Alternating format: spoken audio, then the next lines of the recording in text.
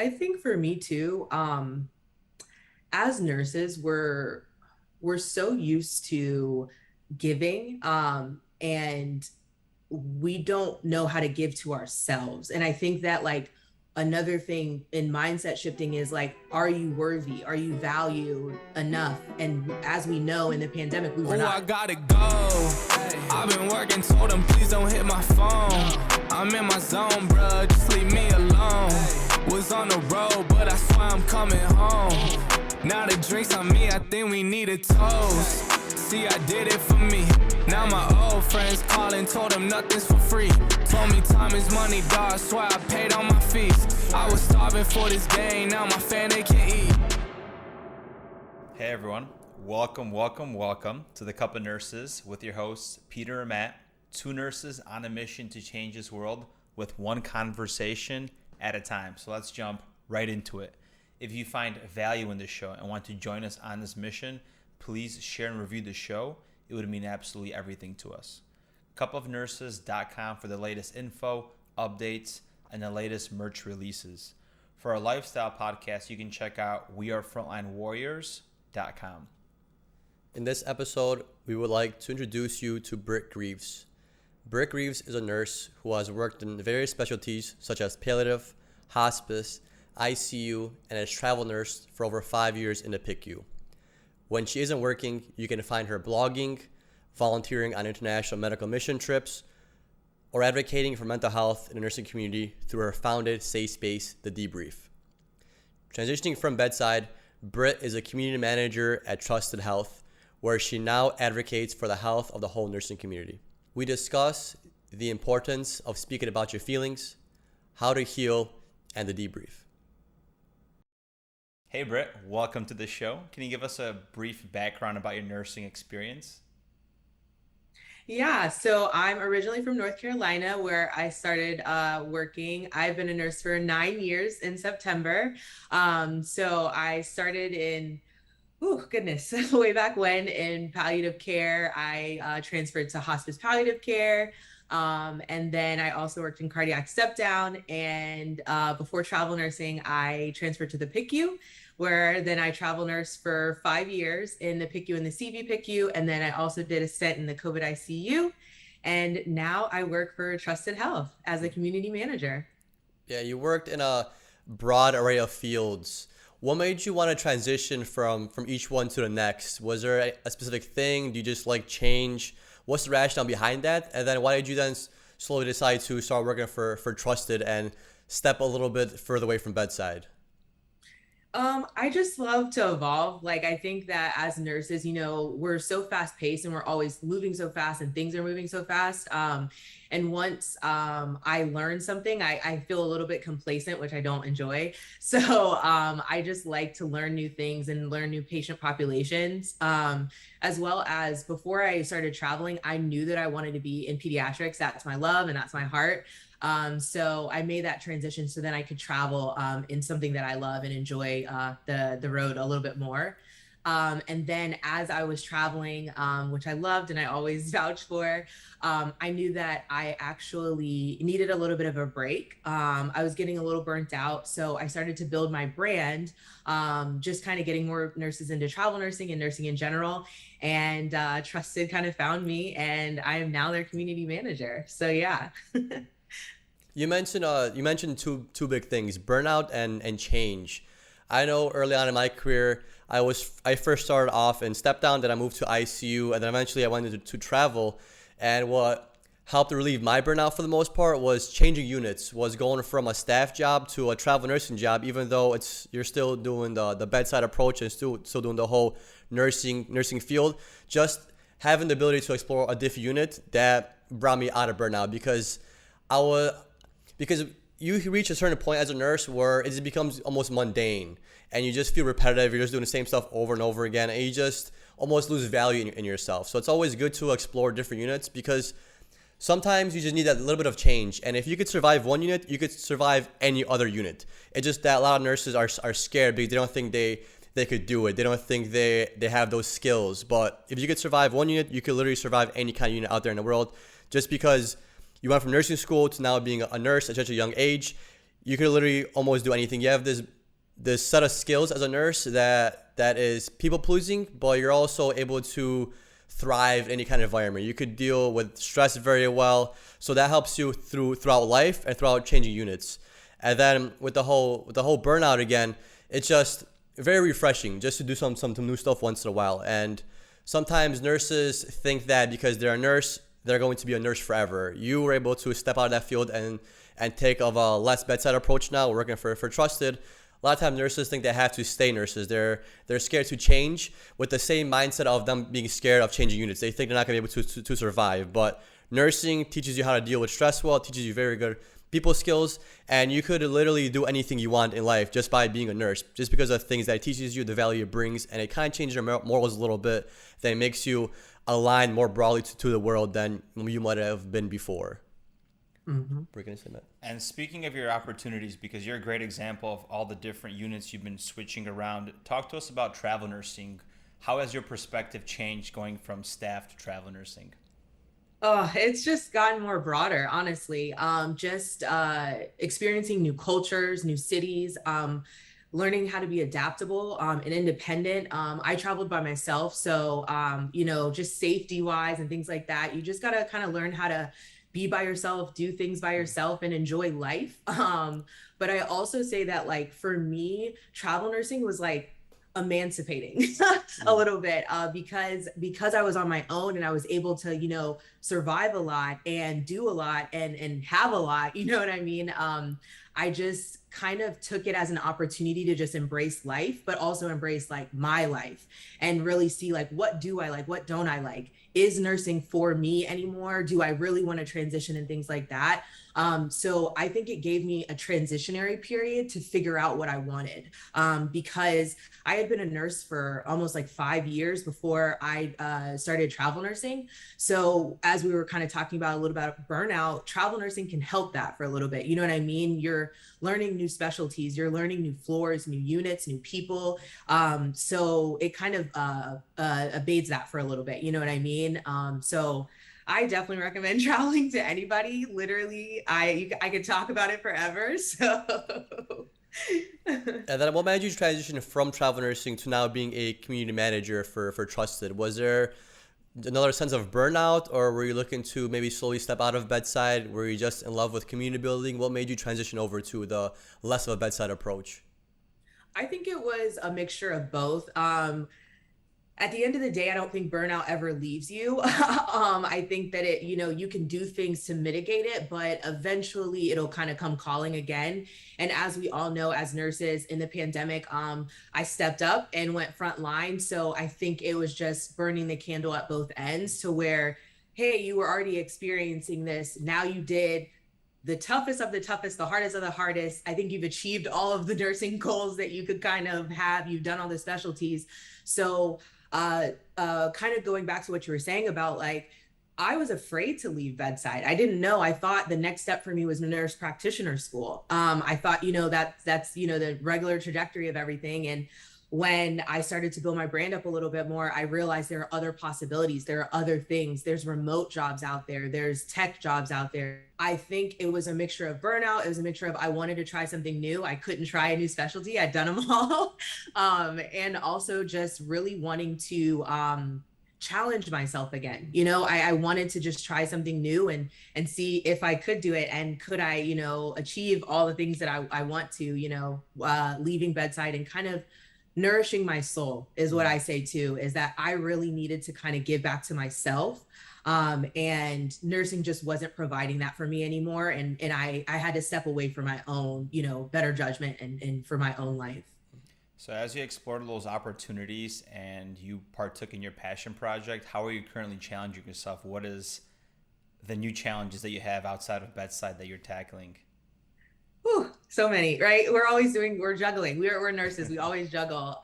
One thing is I host the Debrief, which is a safe space for Black healthcare professionals to heal, where I introduce different healing modalities to our community. So that's one portion of what I do on the side. I'm still talking on podcasts, trying to get people into travel nursing, just doing fun things to try to get, more education out there about nursing and the different pathways you can go. Still write blogs, as well as in the community building space. We wear a lot of hats. So we're constantly engaging with nurses, hosting events for nurses on online and in person. And then of course we're headed to TravCon. So that's another feat of like a conference. So yeah, it's kind of, it always evolves and it's always changing. Similar to when you go into the ICU and you get a new patient and it might be, they might be crashing or, or they might be walkie-talkie, whatever. It's a new journey every single day. And I think that that's kind of like where I am in my journey now, is just like juggling anything that's coming my way. How has nursing helped you outside of bedside? Like, for example, is there any kind of traits you could think of or any kind of maybe attributes that you've gained through nursing that has helped you with the debrief, that's helped you with the debrief, and also you being a community manager for Trusted? Yeah, I think I always say, which is my motto for the debrief, is healers heal. And that's at my core baseline what I do. Whether it's in the debrief of bringing the healing modalities and just getting people to, introduce maybe therapy or journaling or meditation or, breath work, or in the community. I am so for nurses. Like, I love us so much that I want us to heal, whether that's through the same healing modalities or just having community people to talk to that understand. And then also just celebration and honoring that we are amazing, amazing professionals, and just celebrating that as well. So I think at the baseline, it's healing, but it's healing in a lot of various ways. So I'd say that. And then also, organization. Woo. Like, I mean, like our organizational skills, like as ICU nurses, as med surg nurses, whoo, gosh, juggling 6 patients, I can't. So like just that thought process is the same thing. Is like, if I have, a project that I have to do or an event that I have to host, there are so many different variables that go into it that aren't just like, what meets the eye. When you go to an event, you just see it done. And it's like, how did the food get there? How did this even happen? How did the invites get sent out? How did, so it's like various things that are similar that I've kind of brought over into what I do now. But it's always at the baseline of it, of healing and then community, because, we are all we had in the pandemic too. And I think that I've definitely transferred a lot of that over as well, is that like keeping that core of the people that were there for you and that, were there for you and in those hard times and stuff like that, making sure that they're taken care of. You know what I mean? This is why nurses make such great entrepreneurs and leaders, like you mentioned, because we're able to juggle all these different skill sets and apply it to our everyday life. Something that stood out to me, you were talking about healing a lot. And in order for you to transfer that healing over to the nurses, Peter and I talk about all the time that in order for us to empower our nursing professionals and everybody in healthcare, we need to heal ourselves. And this change starts from within. So we're big advocates on that. So in order for you to heal others, you had to heal yourself. Can you recall a time or an event or when you really began that mindfulness journey of self-care and healing? Yeah, I mean, I think that it was always in the background as I was traveling, because we're kind of dealing with a lot, if housing doesn't work or if, our contract gets canceled, we're definitely have to be flexible, but it's also like a mind frame, a mindset, but when it really hit me was COVID. Working in the COVID ICU was really difficult for me. And I kind of tell people this all the time, because I want people to know that it's okay not to be okay. And when I was working in the ICU, it was really difficult. And that's when I really found meditation. I found meditation because if you're thinking about in the ICU, you constantly have pumps beeping, alarms going off, people screaming, code bells going off, just various things like machines, like the vent, like things like that. And you have to be the calmest one in the room. No matter what it is that's happening, you have to have control of you. And the power is in your breath. So if I'm sitting in the Pyxis and I only have a second and I need to, get gabapentin out or something like that, it's like, take that time to take that breath to center myself, to kind of get back to my inner peace, to then, so when I go back into the room or I go have to have those difficult conversations with families and things like that, I'm centered and I can give them the best information and the best care. So I would say COVID was the really huge kicker, where I found mindfulness and meditation. Started doing yoga a lot more too. So definitely that. Have you done any work with or experimenting with the chakras? Yeah. So I do sound healing. And it's a correlation of the chakras. So basically, all of our chakras are aligned to our nervous system and our organs and things like that. And what sound healing does is it takes those chakras and it harmonizes them with the bowls. There's 7 bowls aligned to the 7 chakras. Definitely was introduced to it coming out to Cali. It's definitely everywhere out here. So yeah, I definitely am a fan, and definitely believe in all of that stuff. So yeah, I'm definitely a chakra shoddy, as they call it. And I love how you mentioned that you were able to meditate in your workplace. So this is a great example for all the nurses that are listening. You don't need 10, 15 minutes to sit down and cross your hands, cross your feet, and make noises, whatever people do when they meditate. You can do it at the Pixies by taking a deep breath and calming yourself down and giving yourself positive reinforcement that everything's going to work out, and etc. And it's that simple. And just like you said, it's the power of the breath, which we have available to us at all times, no matter the situation. Maybe your patient is taking a crash, you take a deep breath and recenter yourself, because you have that fight or flight mechanism that takes over. We get so nervous and we forget how to think, or we forget what to do. And it's so simple, where we went to school for so long, we know all of our skill set, and it could just disappear like in a flash of an eye. Just like I tell nursing students, you walk in to take a test, you get so nervous in fight or flight, you forget all your damn information of how to take this damn test and which questions you should answer. Yeah, it reminds me, I used to meditate internally when I used to give my patients baths in the ICU. That was my like 15 to 30 minutes of just quiet. Sometimes I would put like a headphone in just to have some music play, or sometimes I would just go in there with no music, and it's just nobody there besides your patient and you, and you're literally washing this person up that they can't do it for themselves. They can't talk, they could barely breathe, they're on a ventilator, and it's just crazy because you're like in this still room because no one's moving in that room, and there's really no sounds besides the ventilator, but that is what it is. There's like no movement, and like it's just so peaceful but so crazy at the same time. It's peaceful because there's nothing going on in that room when you're giving that bath, but then when you think about it, there's so much going on. These medications are helping this person stay alive. So it's like that chaos and aura kind of thing. It's just calming and crazy at the same time. So it's like almost a perfect place to do some balance work for a little bit. And I found that to be like beautiful just for a little bit. I realized that a couple of years ago. I'm just like, wow, I'm in this crazy place. This guy's on 3 pressors, he's on a ventilator, but yet it's so calming in this room somehow. And that kind of blew my mind. Yeah. And going back to the sound healing that you're mentioning, so I know there's different frequencies based on different chakras. So when you do your sound healing, do you have a different bowl to emit a different frequency, or do you spin the bowl, or whatever the terminology is there, to emit a specific frequency? All of my bowls are 432 hertz, which is the frequency of life and alignment. So that's what my bowls are, but you can get alchemy bowls, which are different frequencies. They're a little on the pricier side, so I have not made the leap into those yet. But yes, they're all to 432 hertz. You can actually, this is like a helpful hint. You can go on YouTube, or even sometimes they're on whatever Apple title, whatever you have, and listen to like 432 hertz.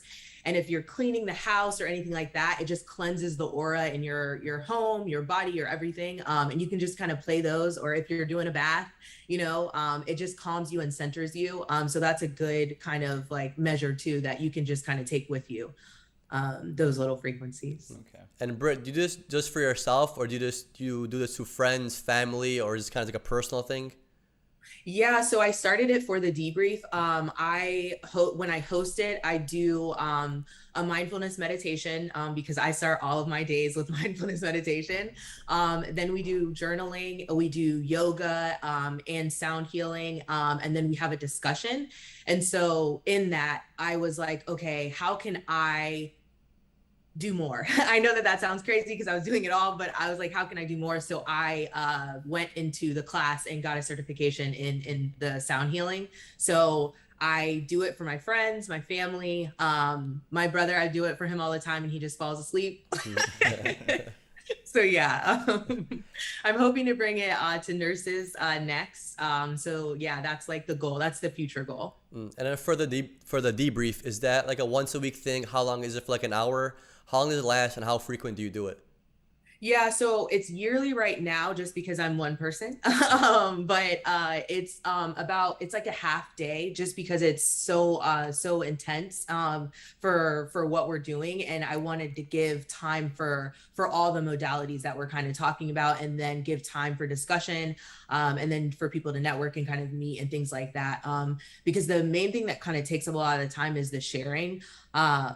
If you guys have ever been on, like a circle where you guys are just kind of hanging out and you're just kind of, talking and stuff, that's kind of like the vibe and the energy of just like, you're just like, like I'm letting go of all of this stuff. So yeah. Yeah, it's almost like a mini retreat in a way. Yeah, it is. That's exactly what it is. So it's in person, you do it yearly versus Zoom. Okay. Do you pick a location, or is it kind of random, or do you pick a location where you're near to, or how do you decide on that? Yeah, so currently they've been in LA, but I'll probably do one in North Carolina, which is where I'm from, hopefully this year. So yeah, that's the goal, is to start to move with it. So yeah. And you said you want to do one this year. So any time frame for that? Because we're gonna be in San Diego, so. Oh, I'm down to come to San Diego, So whenever you guys are there, I'm there. So any time frame for it? Do you want to do like by the end of the year, maybe sometime in December, or what are you thinking? Yeah, I'll probably head home in December, so I'll probably do one there early December in North Carolina. Does it get cold in North Carolina in December? I've never been to North Carolina.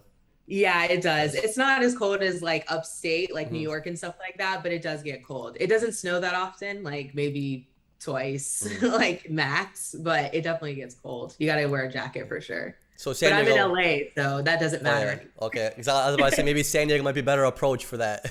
Yeah, for sure. I'm down.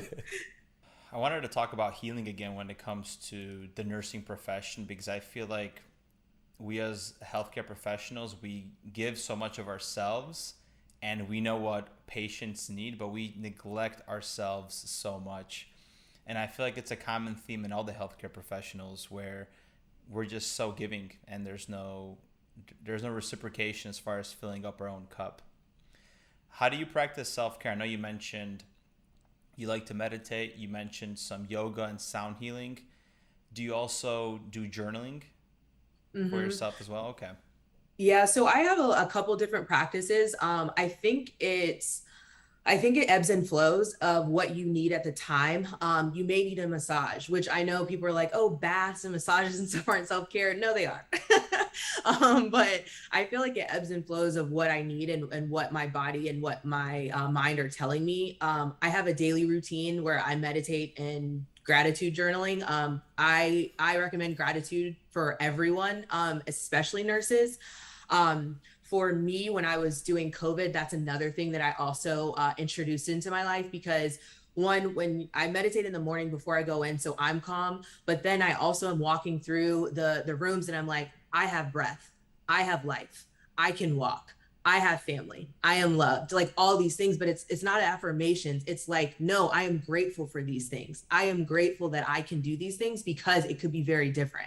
So that's another self-care practice that I use, because a lot of times when we're so caught up in the bad things or the sad things or the grief that we're kind of experiencing, we don't experience the greatness of life.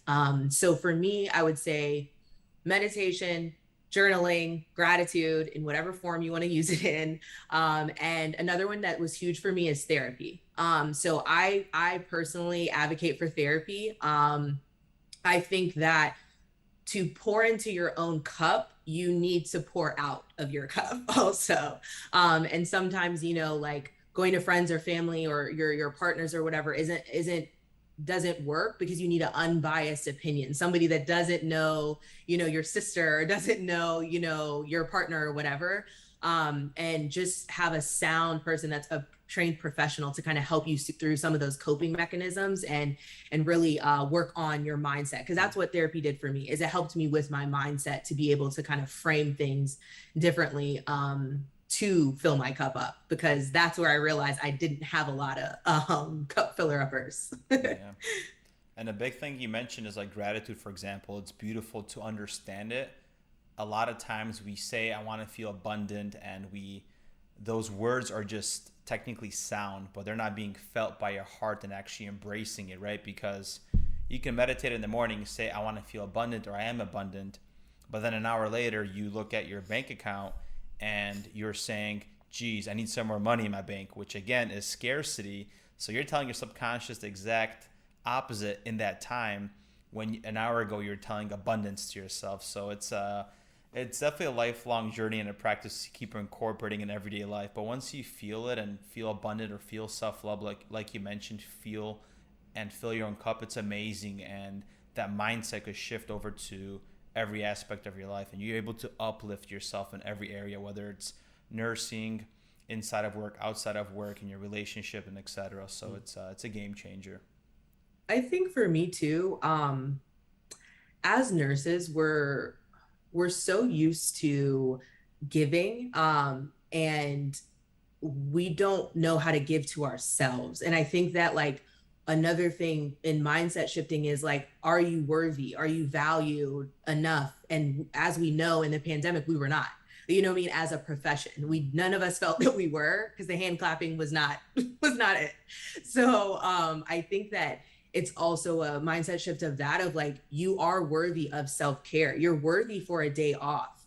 You're worthy, you know what I mean, for so much more. You know what I mean? You're worthy of whatever it is that your heart desires. And I think that that was also a form of self-care for me, is also retraining my thinking to being like, I know that I give so much in this world that I deserve half of it at minimum back.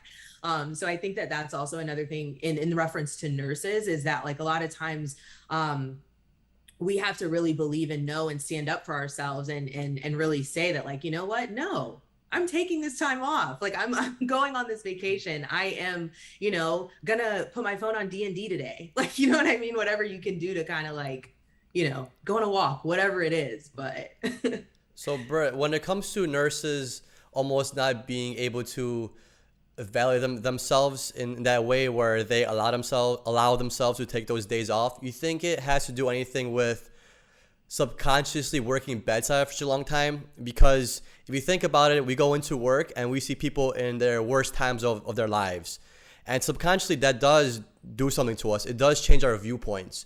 So what I kind of noticed is that a lot of nurses don't take the time off because for some reason they don't feel like they should or have to, because somebody else is struggling worse than they are in life, you could say. Because sometimes what I catch myself doing is almost like saying, okay, this sucks, but it could be worse, so I have no reason to complain or take a day off because I could be in a hospital and sick. So that almost pushes me to work harder in a sense, but it also stops me from taking time off and days off, because I know that I could be in a hospital on a ventilator and not have a choice to take a day off or go into work. I could be there like a vegetable. So do you think that maybe plays a role in our subconscious, where it makes us less capable, you could say, of taking time out for ourselves because we just see people struggle and see them not have an option to do that? I mean, yeah, I definitely, I would say yes. It's a little deep and a little it's tough. like, Yeah. no, it's perfect. It's perfect. It's just, it's a little difficult with that because it's almost like there's worse happening everywhere. Yeah, Do you know that America is not even that bad? Like in the grand scheme of things. And I think that this is also coming from someone who like does mission trips and sees the worst of the worst and has been in tents and huts and things like that. And it's just like, yes, that comes into that great gratitude mindset again of like, yes, it can be worse, but also you could be worse. What if you end up in that hospital bed because you didn't take care of yourself? Because that has happened. You know what I mean? Like, what if, the world, I think that we put so much on our backs as nurses that like, sometimes it's okay to take it off. You know what I mean? Like, we're saving the world all the time. Like, it's okay to not save it for a day. You know what I mean? To save yourself. And I think that that's like, it's just, again, a mindset shift of like, I do think that, yeah, for sure, it's because we're seeing people at their worst and we have to be there for them and things like that. But it's just like, what if something were to happen to you and you weren't able to do this? The hospital, the floor, the unit would continue on without you. And then period. Yeah. And then piggybacking off your point, what you're saying, it's almost like nurses come from a lot of trauma and all this stuff where you always talk about it, the way you like to drink and get those morning mimosas and all that post night shift. So love a good mimosa. yeah. So you can always find data to reinforce your behavior, right? So if you are technically self-sabotaging yourself in that aspect of feeling bad for yourself to not take time off and work, you're going to find data to self-sabotage yourself by using that perspective of I'm not going to take time off because my patients have it worse, because your body is almost like addicted to feeling that way, that emotion of self-sabotage. So you're going to find data in your life to reinforce that no matter what. It's just like people that like to drink alcohol or smoke. Well, smoking is not that bad for me. My grandpa was 97 and he smoked his whole life and he didn't die, right? So you can always find data to self-sabotage or whatever, insert that excuse that you have. And it's just, you have to just be true to yourself, whether you're filling your own cup or you're not, or hey, is this serving me or is this not serving me and it's leading for me to feel worse? So right. Yeah, it's just being brutally honest with yourself. Yeah. Yeah, it's like some people try to heal trauma with other trauma, and you're not healing anything at all at that point. You're just causing trauma bonding is what you're doing. Yeah, exactly. Yeah, and you're just in the same. You're doing the same thing over again. You're stuck in the same place, and you're still wondering why can I get over this? Why do I keep going back to that person? But you're not even putting a band-aid over anything. You're just going right from the coals to the fire. You're not doing any kind of a change. Mm-hmm. And that's something. This is completely digressing, but there was like some videos of people going on these spiritual journeys, and they're crying and they're shaking because their nervous system is going crazy with these healers. And we also think that's a form of healing, but what if that's like ventilating your energy, right? And then that 1 week you're feeling like you're better, you have this mindset shift and all this, but then a week later you go back into having that energy build up of feeling bad about yourself because you never changed the belief. And you went to a workshop and you did some breathing that just continued ventilating whatever you felt. It's like going to the gym. So you have a buildup of bad energy based on your beliefs, and then you go to the gym, and that's trauma bonding in a way too, where you're ventilating all that out. You feel better, but are you really feeling better? Because you're just releasing what your body has built up, but your thoughts are still creating the same energy patterns to build up that energy again. Then you have to go ventilate it again. Right. It's like putting people on antidepressants without having them go to therapy. Because I looked up a study before, and it showed that only like 30% of people find success with just a pharmaceutical approach when it comes to psychoactive disorders and issues. But when you add on the therapy sessions, that goes up to over like 50%, like 60-70%. Because if you're just given a medication, you're not really addressing the issue at hand. You're just addressing the symptoms that depression causes. You're not treating depression, you're just causing you could say sadness or the low activity or whatever. But when you then add the therapy where they could actually speak to somebody while they're antidepressants, that actually heals them and that changes them because they're actually able to get out their concerns, their problems, not just putting a mask on those symptoms, which makes complete sense. Like, I feel like speaking is the best healer for anything and everything, not necessarily medications, nothing like that. You should try the non-pharmaceutical approach before you dive into like psychedelics or any kind of, you could say, drugs or other things that might help you, because it might just be that simple. You just might need somebody to talk to. And you mentioned a beautiful thing a little bit ago is sometimes it's easier to talk to somebody that doesn't know you or your family, because you're talking to somebody that doesn't have an opinion about you, has never spoken to you before, and you're basically a blank slate to them, where they could just truly be honest with what they think of you, not taking other ideas or the ways you made them felt in the past and kind of combining it with their own thoughts and then giving you an opinion. So That's why therapy is really beneficial, because you're speaking to somebody that does not know you. It's a clean slate. They have no part of knowledge of you. They have no judgment. You just are as you came in, and that's it. Yeah. We talked a little bit about TravCon, and you're getting ready for it. So what was like your prep work for TravCon? I know we're What a shift. yeah, real shit. It's a lot. So yeah, we just kind of, or we have a booth. So we're giving away free merch. We're going to have a friends and family event for all of our trusted nurses. And we are giving away some giveaways, some really cool prizes. So yeah, just kind of like the whole campaign. It's just like a whole big thing. So yeah, I'm still in it now. Okay. And then what was the process to get a booth? Did you just reach out to the TravCon website, or how did you go about that? Yeah, you can, they have an exhibitor portal, so you can just go on there and ask to be an exhibitor on their website. It's pretty intuitive, their website. It's like pretty easy if you want to be a guest or, speak on a panel. You can kind of click things. Like there's various things that you can kind of go on their website and do. TravCon.com. So with your current role as a community manager, what are you aspiring to do? What are your goals with the travel nursing community? Yeah, of course, as y'all know, heal us. Yes. But also just, I think to go back to what we were kind of referring to earlier about like our mindsets and things like that, I want to introduce mental health and just provide resources for mental health. That's one bucket. But within that also other resources for travel nursing. We have a blog, we have events and things like that, just to provide people with the information that I didn't have around taxes, around housing, around just anything and any questions that people may have, because I think it's always each one teach one. And I'm always just trying to give back and to make sure that people had the things that I potentially and my friends potentially didn't have.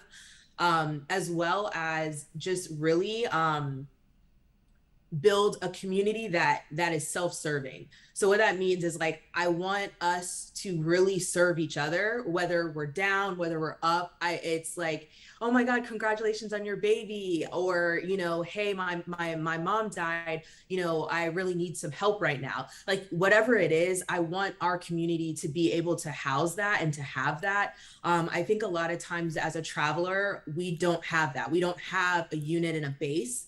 And I think that that's what was missing for me is like, I think a lot of us are doing a lot of the good things with groups, like Instagram groups and Instagram pages and things like that. But with our community, I'm just trying to provide the resources and then also, the family feeling, you know what I mean? And just really love on each other. That's really the goal, is to like, whatever that means for everyone else, to just, send out love. Yeah, and that's a big thing too with the process of healing the healthcare professionals, because we see all these issues and problems in healthcare that we want to solve, but we have to solve this again with ourselves, and then we can go out and create this change. But instead, right now, what's currently happening as a general is a lot of victimhood, where we're blaming healthcare administrators, we're blaming this situation, that situation, but what are we doing for ourselves? Right? That energy of love can just radiate and change so much and make an impact in every level of healthcare. And from there, if we feel empowered, let's make something happen. Let's change something. Let's push back some resistance because we are tired of this, and all those examples. So yeah, I love that you're pushing healing. I think that's a very important thing in healthcare. I think another thing too is that you guys can understand this as travelers. I think that we all just got fed up with the system. And that's also why I push travel nursing so much, is because if you're not happy or you need a change or you need to have an in-between of figuring it out, why not try something that you haven't tried? Try a new city, try a new location, just like people who cut their hair and change their hair. It's like change your shirt. Like it's the same kind of concept. And I think that that's another thing that I'm trying to provide is like, there's also really great travel nursing jobs out there. There's money that you can make to get out of debt, to buy that home that you want, or to, whatever it is that you're kind of longing for or wishing. Travel nursing doesn't have to be forever. And I think that that's why people are sometimes afraid, is that like, oh, if I leave my staff job, you can go back to your staff job. They will happily accept you back. You know what I mean? It's like, I always say, get 2 contracts in and then go back. But I think that giving people a different opportunities is also what I just love to provide. I always say, like, I want to be the plug. Like, if I can get you a job, if I can get you, friends, if I can get you therapy, whatever it is, like, I just want to be able to provide like that for us, because I think that that's necessary and that's what we really need. We just need more people helping each other. Yeah, and then we were looking up some stats for travel nursing. Well, the average age for travel nurse was like 40 something. 44. 44. It's definitely has gone now, but I'm thinking 44, is that when you usually have people like have midlife crises? So I feel like you should do travel nursing early on so you can avoid that midlife nursing crisis. Yeah, for sure. Any age is acceptable to travel. I always say that you can do it at any age. It's not too late. It's not too early. So yeah, I did it a couple years in. So I was definitely like, oh, okay. I wasn't midlife crisis, definitely not. But I was like, okay, I've been home for a while. What do I do now? Kind of. Yeah, life got too boring for you, probably what it seems like. You're just stuck on that routine over and over again. You're just like, this can't be me for the rest of my life. I gotta do something different. Pop the bubble. You're speaking the words out of my mouth. Yep. Britt, one last question we like to ask all of our guests. So if you had the opportunity to have a cup of coffee with anybody one last time, who would it be and why? Dead or alive? Dead or alive? My grandpa. He died when I was 10 years old, and I think that I would just love to kind of see what he thinks. You know what I mean? Like, I'm grown now, so to just kind of see through his eyes and to just have that one last like hug and stuff like that. I would choose my grandpa. He would be very proud of you with how far you've become. So even though maybe you're saying, I want to do more, he'd probably be like, you've done a great job. So just remember that. Britt, where can people find you? Yeah, so my Instagram is catch Brit if you can, just like the movie, 2 T's. And yeah, so that's like, just find me anywhere, literally. I got email, I have a site, wherever you wanna find me, but catch Brit if you can. Awesome. Thank you so much for your time, Britt. Thank you guys so much for having me. Bye.